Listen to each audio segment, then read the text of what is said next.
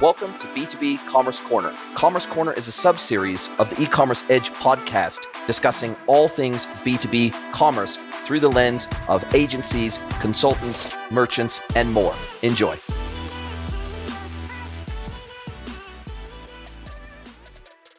Episode of the E-Commerce Edge podcast, and welcome also to the third episode in this series where I am talking with founder of BetterCommerce, Vikram Saxena, and I'm also talking with the regional VP of Arsenalia Group, Khalid Khan.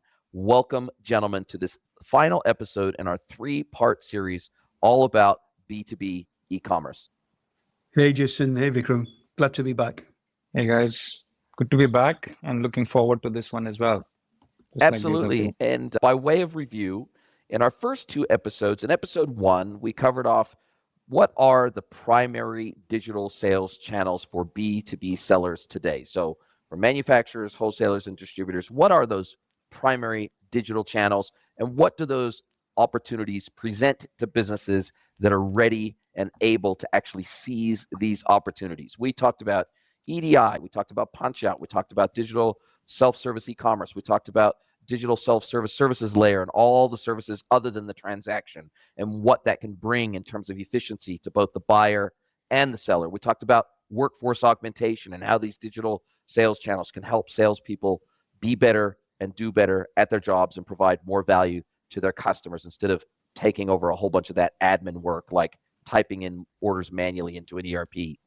Then in episode 2, we started to discuss in a little bit more detail about the barriers to adoption of these digital sales channel and what some of those constraints are that is preventing some of these B2B sellers from truly getting the religion of digital transformation in their business. We talked about some of the lack of knowledge, maybe a lack of expertise in the business. We talked about some commercial agreements and constraints there. We talked about some of the tech constraints and investment and budget constraints, meaning that these businesses don't necessarily know how to create a really great business case around digital transformation in their business. We talked about some of the challenges with legacy thinking, leadership challenges, and the fact that many of these B2B businesses, they're second, third, and in some cases, fourth generation businesses, and we still have some of the older generation running some of these businesses, and as a result, they're not necessarily digital natives, and they don't necessarily see the value in digital channels as a result.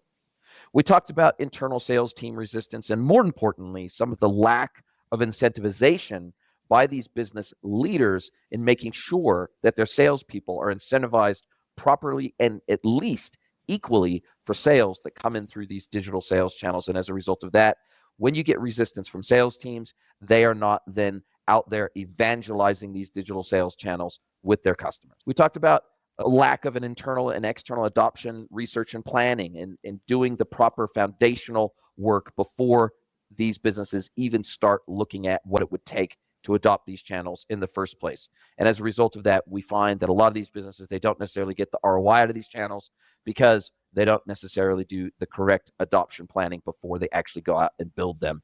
And therefore, they're not building for what their customers actually want from them. The final two challenges that we discussed in episode 2 were a lack of understanding of the size of the opportunity around digital sales channels and a lack of understanding of how the buyer's side of the equation is evolving, where nowadays a significant portion of the buyer cohort are now millennials and digital natives, and therefore if you are not prepared to serve them digitally, then you're likely not going to be able to get the sale.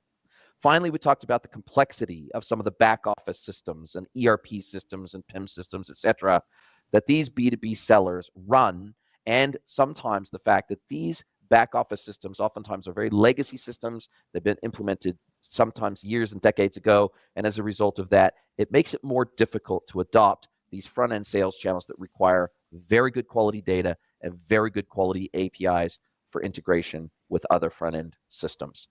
So now, as we look towards episode 3, this episode, we're going to talk in a little bit of detail about how these B2B businesses, manufacturers, wholesalers, and distributors can go about the selection of partnerships to help ease the adoption of these digital sales channels in their businesses.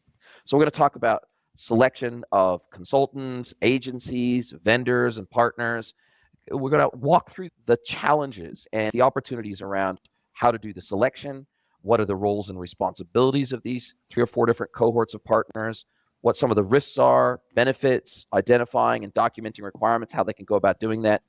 And then finally, we're going to talk a little bit more about what is best fit platform selection for each of these technical components to successfully get on the journey of digital transformation. So what I'd love for, as our kickoff question of the day, what I'd love to talk to you gentlemen about is some of the, I guess, the concerns, the fears, the challenges that you have experienced when you're talking to your customers and prospects.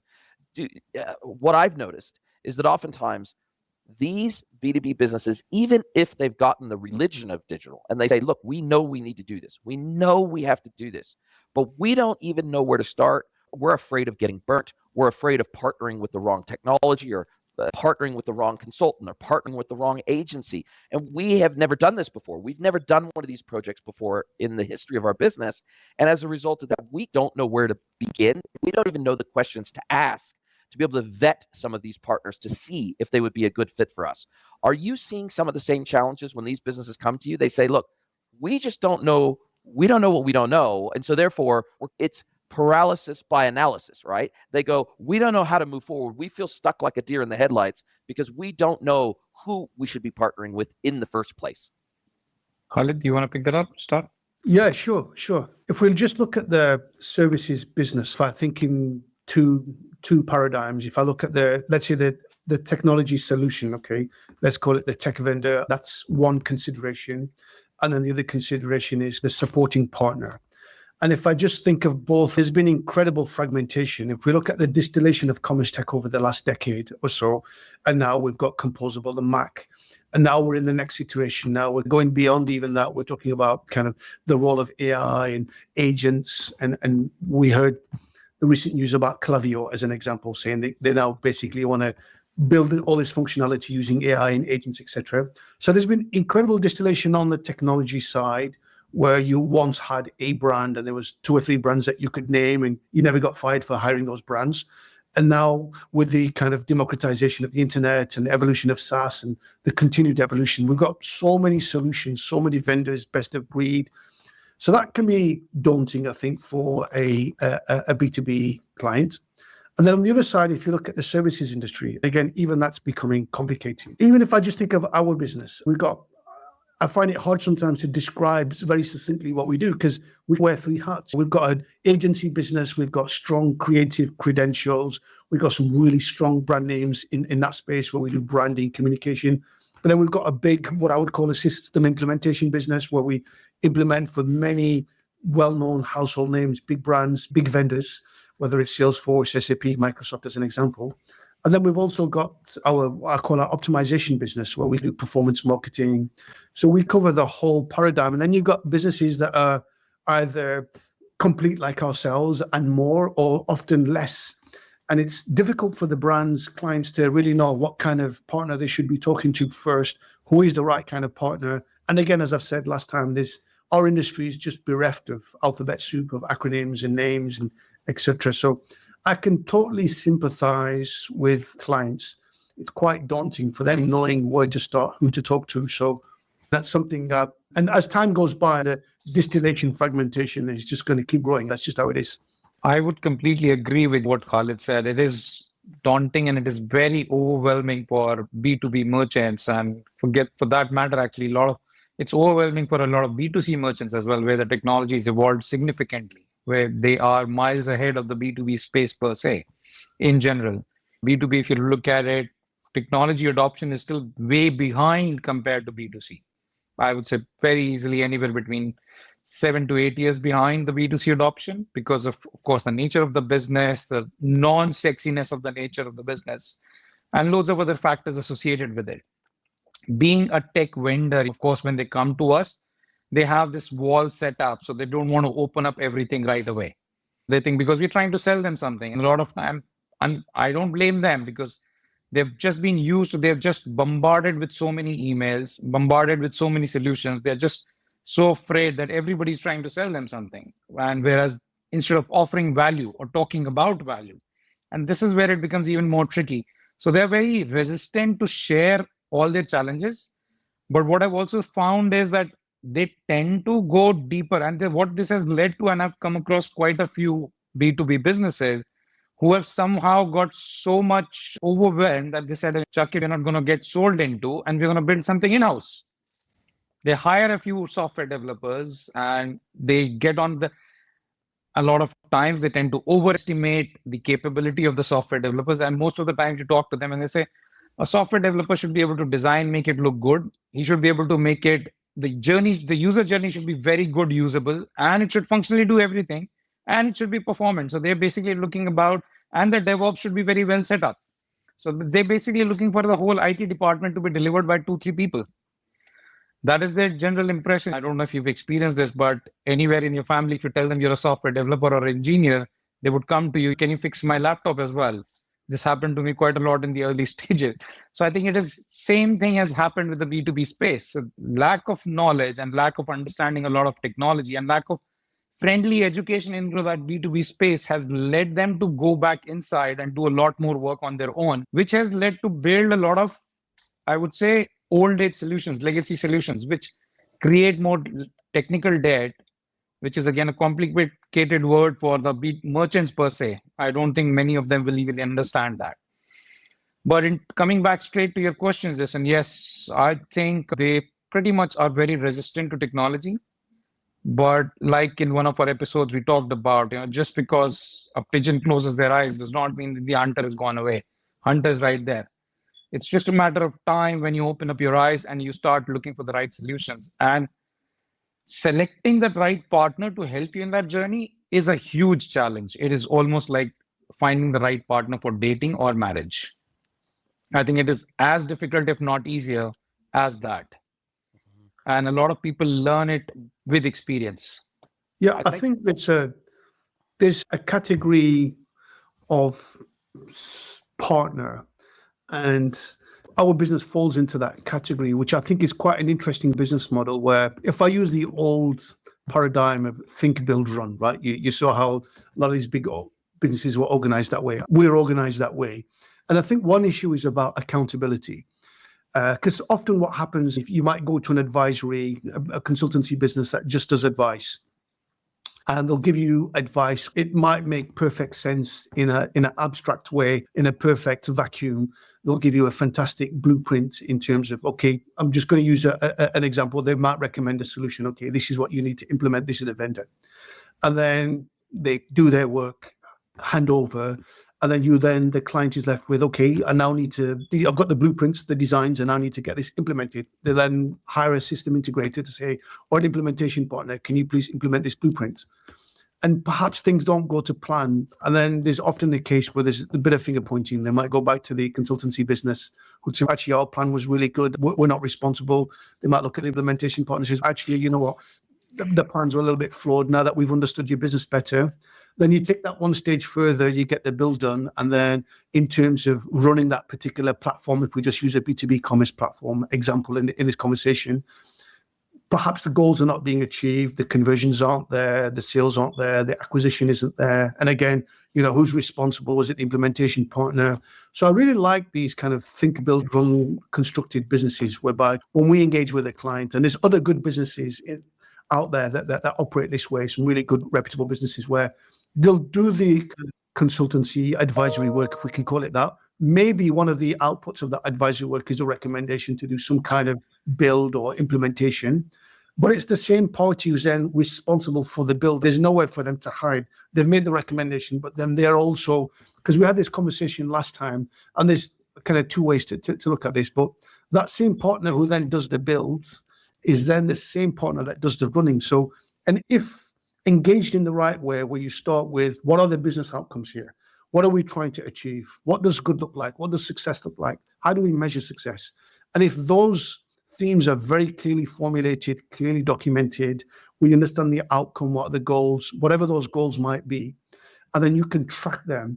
I think those types of businesses could be quite valuable, because ultimately, at the end of the race, on the looking at the results, looking at the performance, it's that same partner that gave the advice, that did the implementation, that is now responsible for delivering those results. So that kind of holistic accountability across the entire process, I think is quite valuable. I think those types of businesses, in my view, have a kind of, their business model is, and they take on risk. Okay, it's easy to do one part and then you leave because you've done your bit, but to stay responsible throughout the entire process, hold yourself accountable for results. And that's a degree of risk. And that also shows a degree of commitment. I find that business model quite interesting. And look, I totally agree with you. I think just for the moment, if I was to put on my consultancy hat, the one side of consultancy, first of all, let's qualify consultancies in choosing a consultancy, why you might choose a consultancy, how it might help, why it help. If I put my consultant hat on, there's a couple of things here. First of all, when you're looking for a consultant or a potential consultant, have they done the work before? Or are they a theorist or are they a doist? And so in my case, because I've actually worked brand side, I've actually worked agency side, I've built agencies, I've done implementations both inside brands and as an agency service provider. And so I think as long as the consultant has some real world experience of actually doing the doing, as opposed to just theorizing about the doing, then I think you're probably going to get a much higher level of accountability. You're probably going to get a much better level of service out of those consultants, and you're probably going to be able to smooth that transition between consulting into implementation and support. And if the consultant can help the brand wrap their head around the right resources that they're going to need to apply to help, because the success doesn't purely fall to the agency or the SI. It doesn't purely fall to the platform vendor. It is a joint three-way partnership for these projects and these programs of work to be successful. But if the brand doesn't understand this going into a project or a program of work of the sale, they're almost doomed to failure no matter how good the agency or the SI is, or no matter how good the underlying technology is. So I think where consultants can play a very vital role is, first of all, identifying requirements, because a lot of agencies, and I'm not saying Arsenalia Group is like this, but oftentimes agencies, they're very good at documenting requirements and capturing requirements, but they're not necessarily set up to help a brand identify their requirements in the first place. And so that's where I think a consultant can bring some value there, helping them identify their requirements, helping them translate those business requirements into a technical solution, can help them in an unbiased way do search and select not only for the technology, but for the implementation partner as well. And the final thing I'll say on the consultancy side is that oftentimes agencies, we know that technical vendors are always going to be pushing their barrel because they've only got one barrel to push. It's their technology, right? And that makes sense. They're going to try to sell you and tell you how and why their technology can uniquely meet your needs as a business. That's what they're there to do. That makes sense.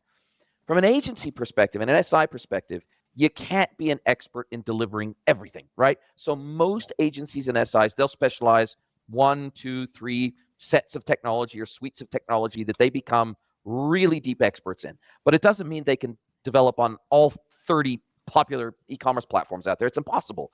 And so for agencies, unfortunately, they are forced into the position to a degree where if all you've got is a hammer, every problem starts to look like a nail. That's just the nature of the beast, right? Because you're trying to sell services that you can competently deliver on.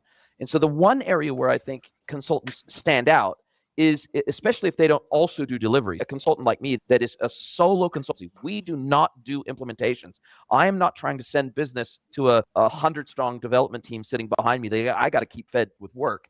And so my bread and butter is just the consultancy. And so I think that level of independence can sometimes not only work well for the seller, but also work amazingly well for the tech vendor, because we can position the right technology in the right scenario with the right fit, and we can actually be an ally of the agency. Most agencies love to work with me when I position them with a client and ask them to give us a proposal. And then if they actually ultimately end up winning the work, they like the fact that the BRD, for example, that they've then quoted against or then put a proposal against, it's written by someone who's actually done the doing, who's actually been on the agency side, and we understand pain and the trials and tribulations that an agency goes through. And so we've actually written it through the lens of enabling an agency to deliver at a high level. So I think there is room for consultancies, not in all cases, but I think in some cases they can actually make all parties, make the entire program of work smoother and easier, and that bifurcation of responsibility becomes really clear. Because as I said before, if the seller thinks, even if they hired an Arsenalia Group to own the whole thing, including the digital marketing, including the implementation, including the scoping, that's fine and good. But if they think that they are not going to have to put in almost any effort from their side because they've handed it over to an end-to-end agency, they are going to get a rude awakening. Because, man, I tell you, if you're not putting in as much love, care, concern, and commitment into your digital channels as you are your physical sales team and those call cycles and all the things you're doing in other areas of your business, operational excellence, etc., you are going to have a failed program of work no matter how good that SI is. That's my position. Yeah, I completely agree, Jason. Completely agree. A good quality consultant is worth the weight in gold. No question. There's no question about that. I think just to add to your point around another responsibility on the client themselves is the selection. So you're absolutely right. So there's implementation partners out there that just do one solution and that's all they do. And there's others that do more than one. But you're right. You won't find an implementation partner that does, say, 30 comprehensively and has got, say, 10, 15, 20 bills for each. That beast doesn't exist. And it doesn't make sense for that business model itself. So I think it's important for the client to, again, be careful on the selection. These are some of the questions that they need to understand in terms of most clients will have at least, and again, a good consultant will make more than one. They might say, this is my primary recommendation, and these are the reasons why, but I'd like to think they'll offer an alternative for different reasons. This is our primary recommendation, but also this option B could also work. And these are the pros and cons of option B and possibly even option C. So there's always, I think, a finite kind of, let's say, solution possibility. And I think it's important for the brand to do the due diligence and make sure that those particular e-commerce platforms, if we're going to use that example, are within the wheelhouse of the partner that they're considering, and they've got the credentials, and they've done that will mitigate that risk. So this way, you're talking to the right implementation partners, or the right partners that are aligned with what it is that you want to achieve. Yeah, I agree. And Vikram, one of the challenges that I've seen, and I'd love your take on this, is that oftentimes the ERP vendor, and I get this all the time, right? So you got, for example, you got NetSuite, very popular ERP, or you've got D365, or you've got Odoo or whatever. All of the major ERP vendors, in theory, have a commerce module, right? They've got an e-commerce module. They got Suite Commerce. They've got whatever front end. They've got Odoo Commerce. They've got all the ERPs pretend or say, oh, we can do your commerce. You don't need a dedicated commerce solution. You don't need a dedicated EDI solution. You don't need a dedicated, we can do all that for you. And in my experience, those platforms, because that is not the focus of the platform, that is just almost a side piece, I like to call it. It's almost like the mistress of the platform, so to speak. It is not a focus of the platform. These ERPs usually are focused on financials. They're focused on order management. They're focused maybe on CRM, warehouse management. They're focused on tax compliance. They're focused on reporting. They're focused on things like that. And maybe even demand planning, things like that. They're focused on the real nuts and bolts operational elements of the business and making that as efficient and functional as possible. Now, they'd like to say we can handle the sales channels too, but in my experience, those projects and programs of work oftentimes fall flat before they even get off the ground because of that lack of focus, because of that lack of expertise in the commerce space of the actual selling channels. And so do you find that sometimes instead of being up against other dedicated technology platforms for commerce, that you're also up against the customers that come to you and say, why would we go with you when we can just use our ERP's commerce engine? Why wouldn't we use that? Because we can get it for free, or it's discounted because it comes with our ERP. Yeah, I think, Jason, this used to be the case a couple of years back, but I think now the reality is all out. The cat is out of the bag. Everybody knows that those website supporting pages coming from the ERP are not designed to do a full-fledged commerce platform.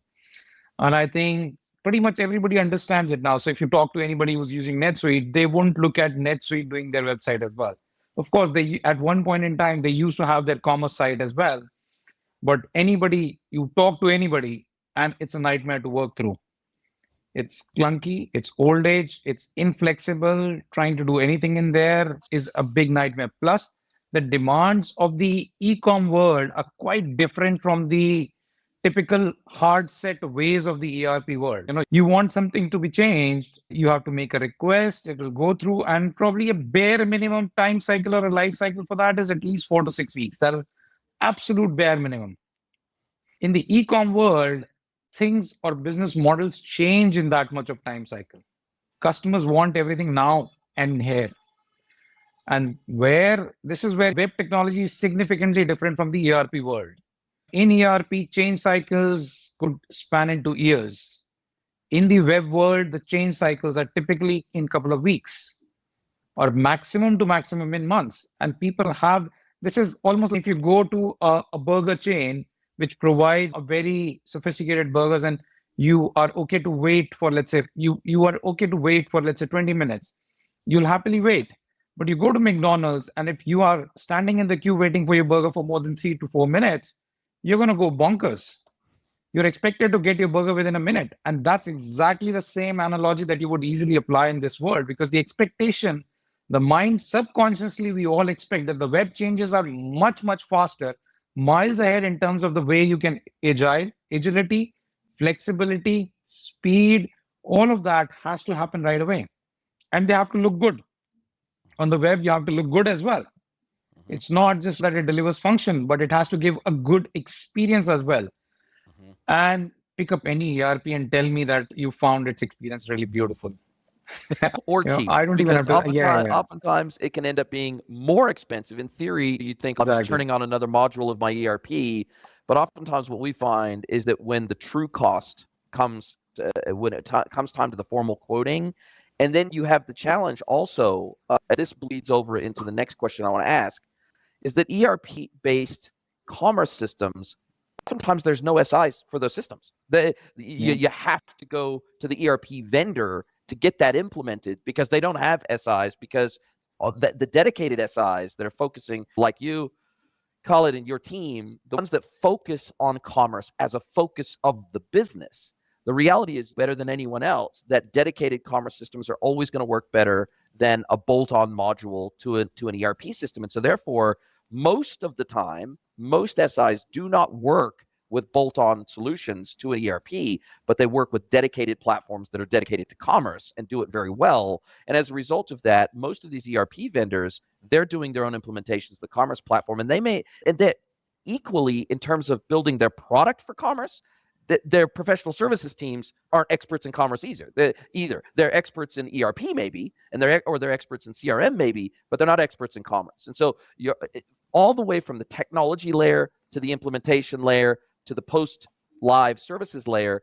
most ERP platforms, they're just not, and their vendors, they're just not well set up to do commerce and understand the commerce needs. Would you agree with that, Khalid? Yeah, of course, something that's, let's say, made for a specific purpose. Anything in life is always going to be, for that particular use case, better suited and better designed and better serving than something that's trying to do 50 things and be all things to all people. So, and that was my point earlier. That's one of the reasons why we've seen this distillation in commerce tech, even just below the commerce platform, obviously search and lots of different particular functionalities that we can see have broken away now. I mean, I do feel like the risk with infinite distillation or continuous distillation is that while on one hand, there is a case to say, if you are doing search, why not get the best of breed search solution? We've invested, and you take that down to the next granular 2 or 3 levels, you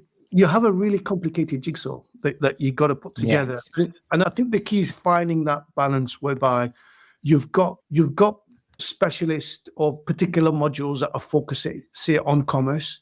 But then you've got to also balance that with the risk, the project risk. You've got lots of vendors now. You're suddenly talking to 10 different vendors. You got 10 commercial agreements. You got 10 implementation paths. You got 10 integrations. You got 10 data flows. You got 10 upgrade paths. It suddenly becomes really complicated. And so I think there's a fine balance here. And I think the solution is, again, last episode I talked about sequential transformation. And I think, again, if I think about e-commerce platforms, I think there's a sweet spot whereby the right approach, in my opinion, is to select a vendor that today can handle most of your use cases that you've got.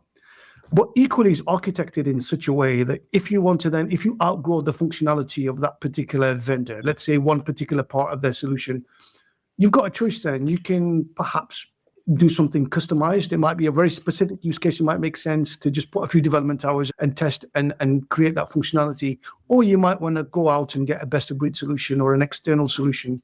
But having that freedom to do that, whereby you've got the best of both worlds, where you can have the simplicity and the benefits of dealing with one brand, one vendor, and avoid that complexity. But at the same time, you can introduce complexity when it makes sense for your business. So when you've got a use case that says, you know what, we need to think outside the box here. We need to get a best of breed search vendor, just using search again as an example. You choose when to do that. You've got the power. You then go to market, or you make the decision when it makes sense to do, as opposed to the other case where you've got no option other than to start with 6, 7, 8, 9, 10 vendors right from day one when the project's already at risk. I think you make a very good point, and Vikram, I'd like your take on this too.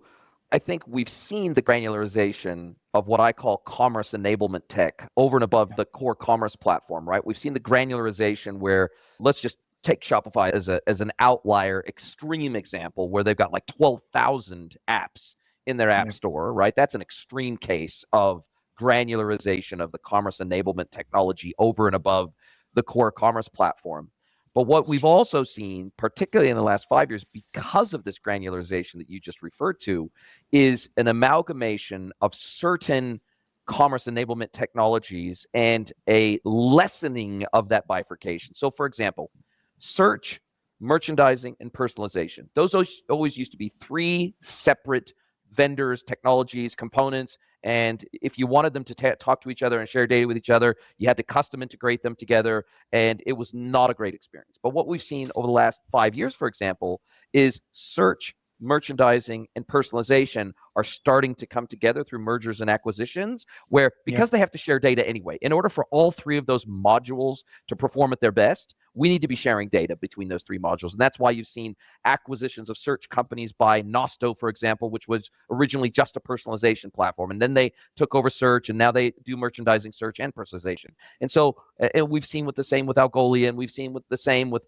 all these other individual components. We're now seeing a re-amalgamation where it is smart and makes sense to do, where we have a combined piece of technology. And I think, to your point, and Vikram, speaking from a technology perspective, for example, in the B2B world, it used to be exceptionally common for you to have your commerce, your content, your PIM, your product information management, your order management, all that stuff used to be completely separate technology over and above the individual commerce platform.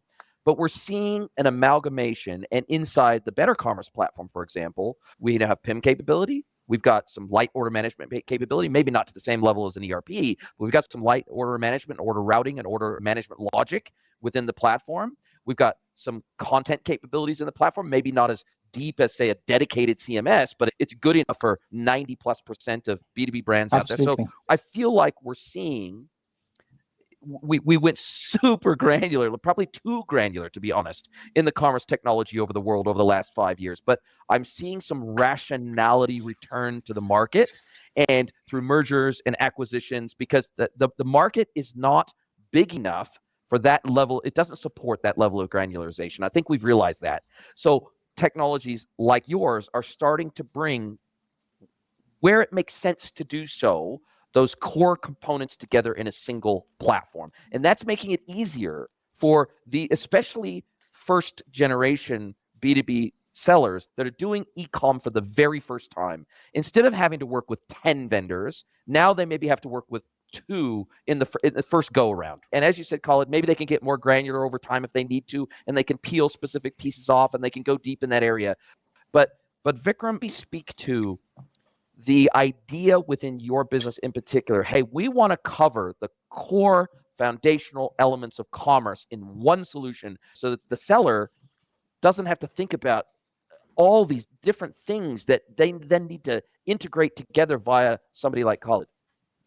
Yes, exactly. The whole idea of doing all of these different modules actually came from a lot of mid-market customer feedback only. So when we initially built it, we had of course built a very lightweight PIM, but then we realized that a lightweight PIM is just like a simple catalog management that already exists in something like Magento or other platforms. Shopify is very basic product data management that does not, you can't even call it anywhere close to being their PIM. At the same time, a lot of businesses don't have the appetite to go full-blown PIM, for example. Exactly, completely standalone. I mean, I met a business just yesterday. They do about 200 million a year. They've got Amplience as their CMS. They've got Salesforce as their commerce platform. They've got Akinio as their PIM. And you will not believe, they said, we've had Akinio in our business for last 1 year. The implementation has been going on, but it's not yet done.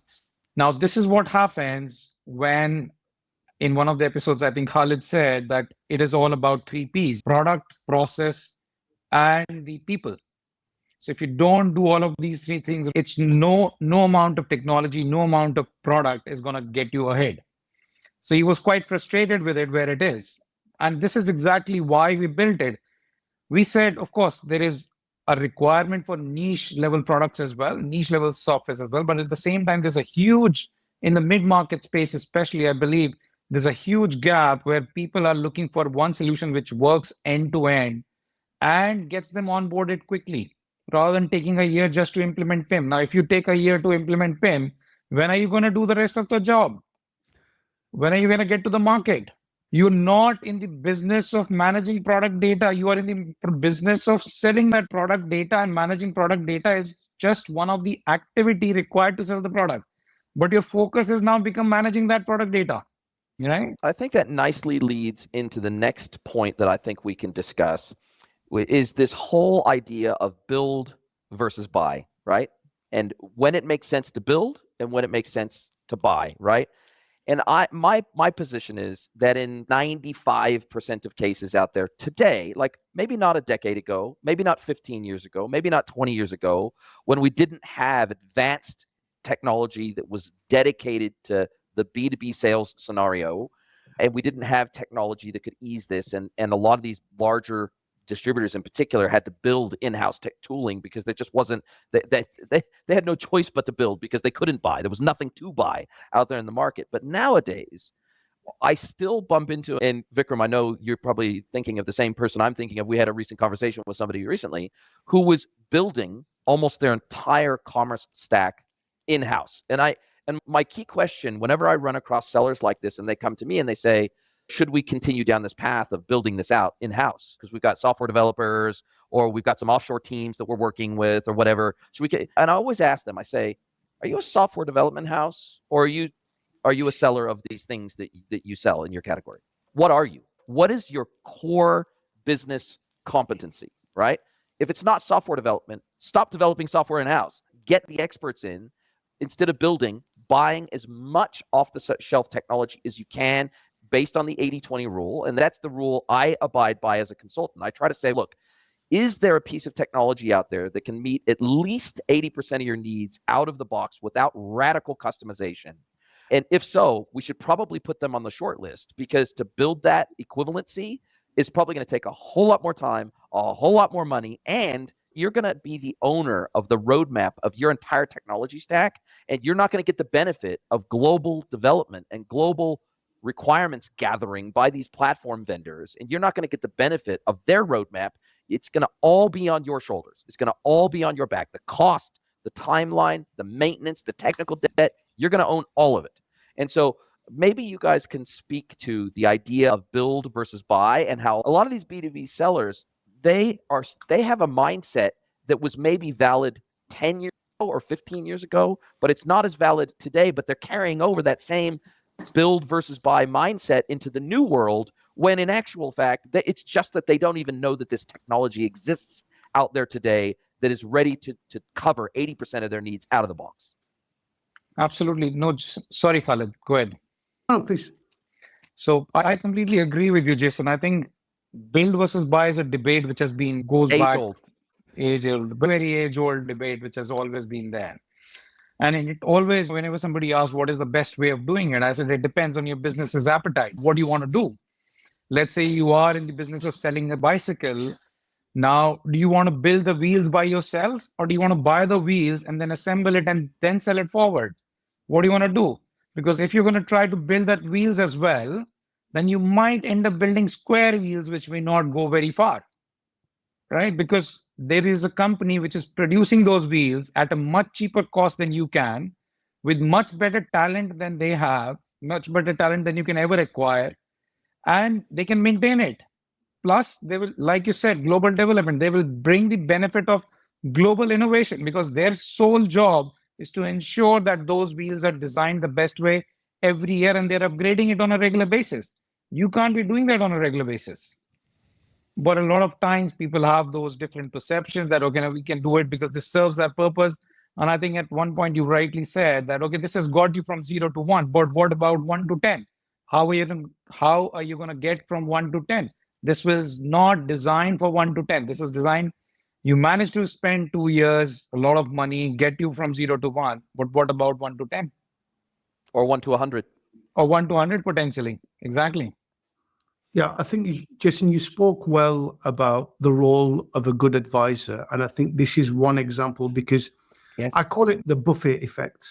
I don't like buffets, by the way, but if you go to a buffet, you see that person who fully loads the plate up. Yeah. And we say your eyes are bigger than your stomach, and they just want to cram it on the plates because it's there, it's available.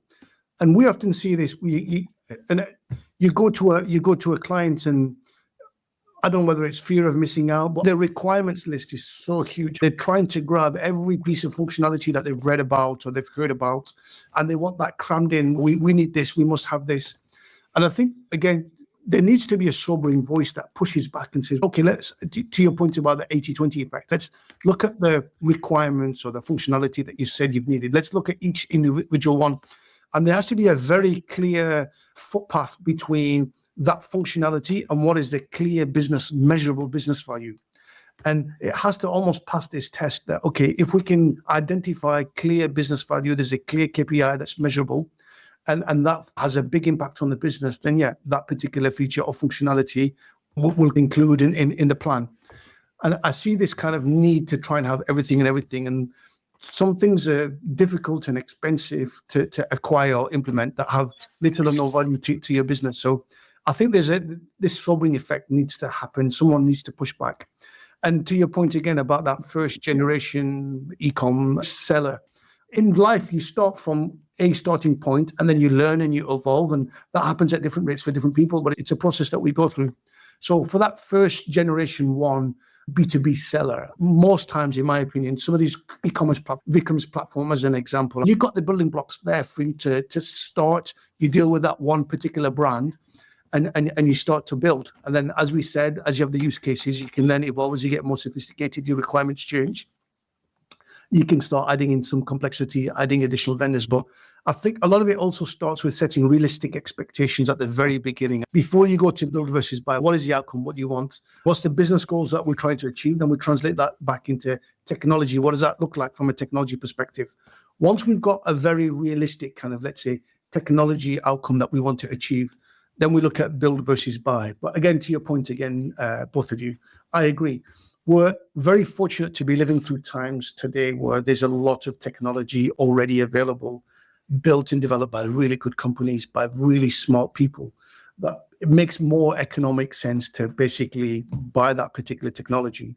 And in using my analogy earlier, I almost see like 3 concentric circles as an approach whereby you've got out-of-the-box functionality with your commerce vendor, whoever that commerce vendor is. And then if there's something missing, then it's a judgment. What's the cost? Sometimes it's cheaper to just do a tiny bit of customization, might not cost much, might not take a lot of time, in which case you could just customize that particular functionality. And some commerce vendors are quite happy to do that, or you could do it yourselves with a partner. Or if it's much greater, it's a bigger use case, then of course you can go out to the market and then acquire. But yeah, I think you have to be sober and realistic about your requirements. And I think this is where businesses, the client themselves, need to be pragmatic. Everything has to be linked to business value. If there's no business value, it's hard, that relationship is nebulous, then that should be pushed off the requirements and off the planning.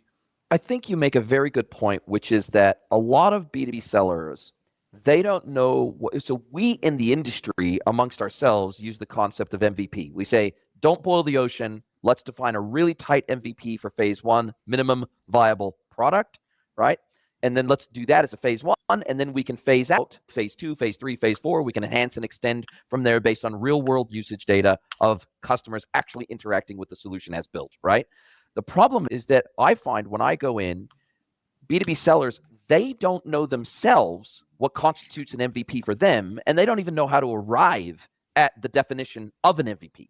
And so that's where, again, I think guys and consultants play a role here in helping them define what an MVP should be for them. Because if I'm a second generation or a third generation e-commerce merchant, and I'm doing my second or my third re-platform, an MVP for me is going to be up here. It's going to, my minimum starting point, it's got to be at least as good as what I have today, but hopefully better. So my MVP is going to be up here. If I'm doing self-service e-commerce or implementing it for the very first time, then my MVP is going to be down here because I have nothing today. So literally anything is going to be better than what I have today. And so it's helping these sellers identify what an MVP means to them.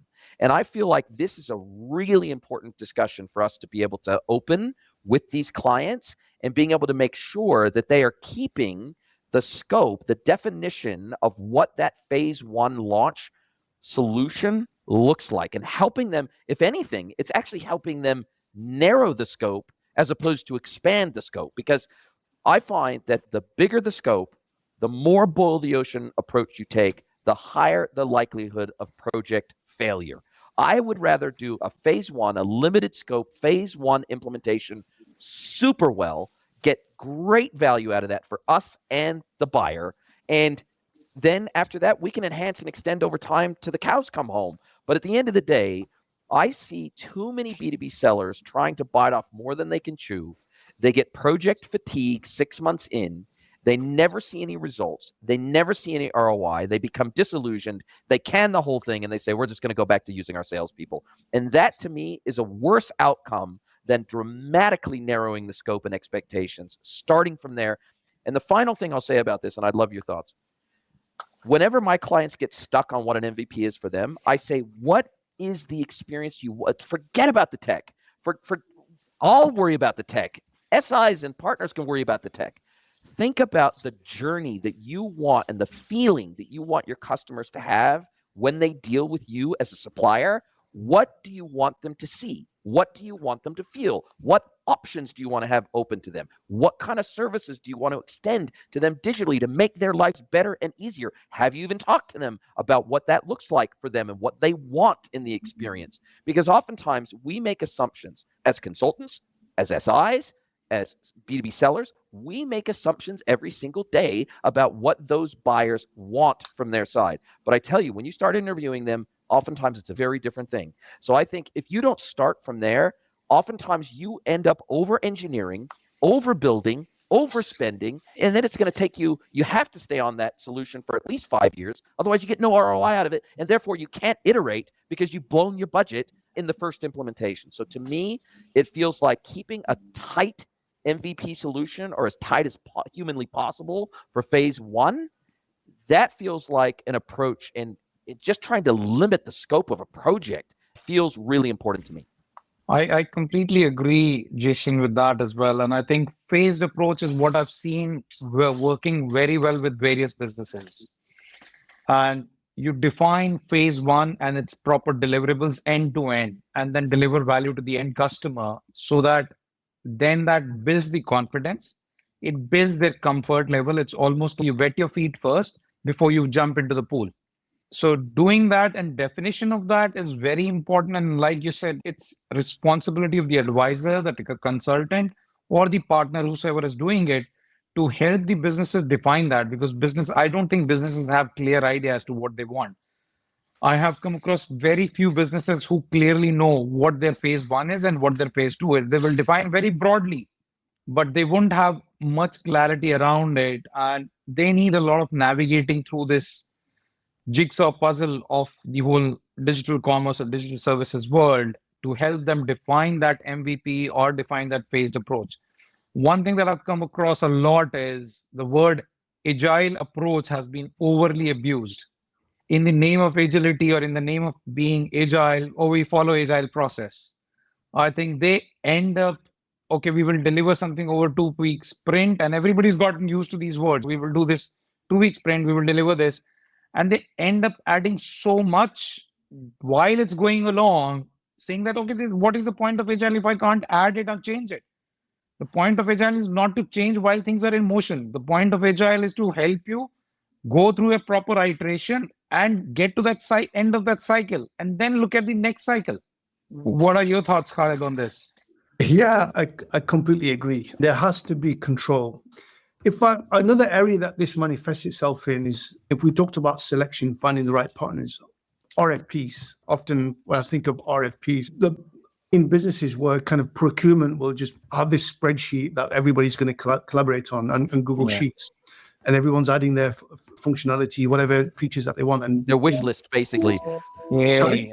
Their wish list. Yeah. And then, but then the procurement who not perhaps, more often than not, do not understand the particular requirements as well as, let's say, that the owner, they're usually not technically minded. It's a procurement administration role. And you see these selection processes that are controlled by procurement teams, not by the teams that are actually going to own that particular product. And then that whole process is run that way in terms of selection, etc. That's another area that we see. And I think that it's a pattern that continues in selection, in RFP, then something that becomes part of the scope. So yeah, I absolutely agree. There has to be control, which was what I was talking about last episode. For me, the key word is value. I think that in every step of the process, everything has to be linked back to value. And one of the challenges that we spoke about last episode was getting buy-in in the boardroom. And different leaders have, say, different interests or different prisms by which they see the world and the business. But one common lens, in my opinion, is value that's universally understood by everybody within the boardroom. And having this type of mature approach can really help almost protect businesses from themselves, to make sure that they can get that support within the boardroom, build their confidence, do small iterative steps, and show value at each stage of the way. And then that's going to build up the confidence of the merchant. It's going to get secure buy-in from the boardroom. It de-risks the project. There's just so many benefits. So yeah, I think it's absolutely critical. I can tell you my take on RFPs is that they're an absolute disaster of a way to run a project. They usually lead to a worse project outcome versus a better and this is me doing this for over 24 years. I have seen, so I, as a consultant, will not assist my clients to run an RFP. That I won't do it. I get lots of clients asking me for it, and I say, I don't think that's the right way to do a platform selection. I don't think it's the right way to do an SI selection. And here's all the reasons why. Oftentimes, RFPs are a fait accompli. They're just a box ticking exercise for a board, and they don't lead to great outcomes. Most brands have no idea how to run an effective RFP to get a good outcome. I think it takes the human factor out of the process in many instances, because on paper, one vendor could look great or one SI could look great. But at the end of the day, the people that are actually assigned to your team to actually work with, they may not be a good fit. From a personality perspective, they may not gel with you. And so it removes too many of the factors that actually contribute to project success and distills it down to, I think it just takes out too many of the factors that are really important to project success. So I'll leave that there for the moment. That's my take. I have a fond saying about RFPs, and I'll hand it over to you, Vikram, in a second. There's only two people that win out of RFPs from the vendor or the partner side. The one who wins the deal and the one who never even responds to the RFP. So if I get an RFP sent to me as a consultancy, I don't respond. I will tell them, sorry, I don't respond to RFPs. You'll need to find another consultant that will work within the RFP framework. Vikram, your thoughts? I just wanted to, everything you said about RFP, I just wanted to add one word to all of that. RFPs are institutionalized. Yes. Well, that's one word for all of that you said. Yep. They're totally and completely institutionalized, taking away all the human factors and everything around it. It's a simple checklist. Yes. Driven by checklist managers. Yes. Not the product owners. And so as we come down to the end of our time together, it's been a fabulous discussion. And yet again, an hour is absolutely rushed by. I would like to go around the horn as us putting a big red bow around this 3-episode series. What is your one best piece of advice, Vikram, in your case, for selecting the best tech vendor you can select what is your one best piece of advice? Khalid, what is your one best piece of advice for someone who's going through the selection of working with an agency or an SI partner? What is the one best piece of advice you would give as they go through that process? And then I'll finish off by giving my one piece of advice for somebody looking for a potential consultant to work with. What is your best piece of advice, gentlemen? So I would say the best piece of advice that I can give is map your requirements and do a little bit of a hard work on it rather than just delegating it to somebody in the team. Be a little involved, map your requirements, not just against the technology or the vendor. Look at it from an overall fitment perspective, from your business perspective as well. Look at it from a long-term partnership perspective, not just that, okay, for this we will pick up an app, for this we will pick up an app, or with this. So do a bit more deep dive, do a little bit of a hard work on your requirements rather than just picking up something what others picked up. Or getting a requirements list from the internet somewhere. Yes, yes. Khalid? Yeah, my advice would be to get to know the humans, like you said. We're humans dealing with humans. Meet the people, press palms, break some bread together, get to know the people. It's a big commitment. It's like getting a flatmate or entering a relationship with someone. It's once you engage, you're connected, you're tied. Sometimes these things are not as easy to unravel. So my advice is do your homework, do your due diligence, but get to know the people. It's all about people at the end of the day. Absolutely. Couldn't agree more. I think the final piece of advice I would give when selecting a potential consultant to work with is go back to what I said before. Are they a theorist or are they a doist? Have they only ever been a consultant? And if they've only ever been a consultant, run a mile. Because if they have not ever walked in your shoes from your side and from your perspective, it is very difficult for them to have the empathy required. Because I think the biggest, best, most important trait of a good consultant is deep empathy. And you cannot have proper empathy for your clients if you've never walked a mile in their shoes. If you've never done what they're doing, if you've never had to face the challenges they're facing, if you've never had to go through an implementation process before, if you've never had to be at the pointy end of this and go through the scope, implementation, test, launch, iterate process, if you've never had to do all of those phases before, it makes it very difficult. Even if you're a naturally empathic person, I think it's difficult for you to have empathy for someone in the journey they're on if you've never been on that same journey. I think it's really difficult. So that would be my single piece of advice is find partners that are empathetic to your situation based on their lived experiences. And if you can find that, you stand a much better chance of having a great outcome, whatever that means to you, whatever a great outcome means to you. You need to clearly define what that is so that you can communicate it to your partners. And you need to say, these are the success factors. These are the metrics by which we will measure our engagement as a success. If you can't get clear on that, go back to the drawing board before you engage anybody. You have to be able to define what success looks like for you so that your partners can help deliver on that successful vision for your business and for the experience of your customers. That's my position. Absolutely. This has been an incredible series. I really have enjoyed all of your takes, your hot takes, your thoughts, your deep experiences in the space. I really appreciate it. And look, maybe in another 6 or 12 months' time, we'll have to do another 3-part series, and we'll have to update where the industry is at that time. Thank you so much. Can't wait to speak to you again soon. Are you a B2B or D2C e-commerce merchant? Then head over to greenwoodconsulting.net to learn how we can help you scale your business.